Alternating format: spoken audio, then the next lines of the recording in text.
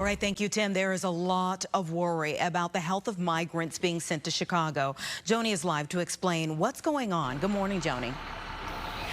Good morning. There's going to be a demonstration here at the 12th District Police Station later today, but right now we just have a whole lot of activity.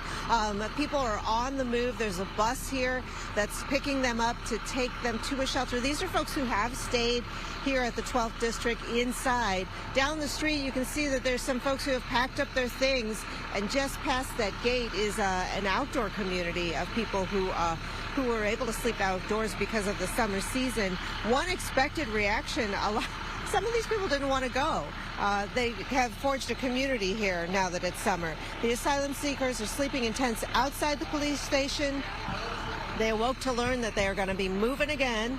For some, this location has been quite acceptable. The neighborhood reaction is mixed, though. Many have been generous, dropping off clothing, supplies, and food, but at some point, there are people who point out that local homeless or low-income Chicagoans do not receive the same kind of help. It is the controversy that has been going on with the asylum seekers who have arrived in Chicago. There's a group of activists planning to demonstrate here on the Near West Side.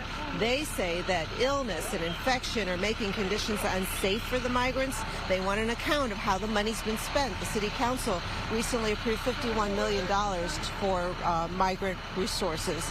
But here outside the police station, there's also a lot of happiness. Sadness about the goodbyes, but happiness that the people who have had to stay here are now on their way to a shelter.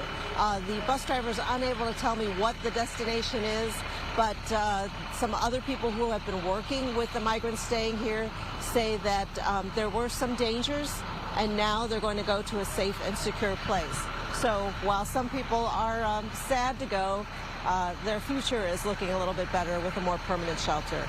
That demonstration is going to happen later this morning. Reporting live on the Near West Side, I'm Joni Long. Now back to you. Joni,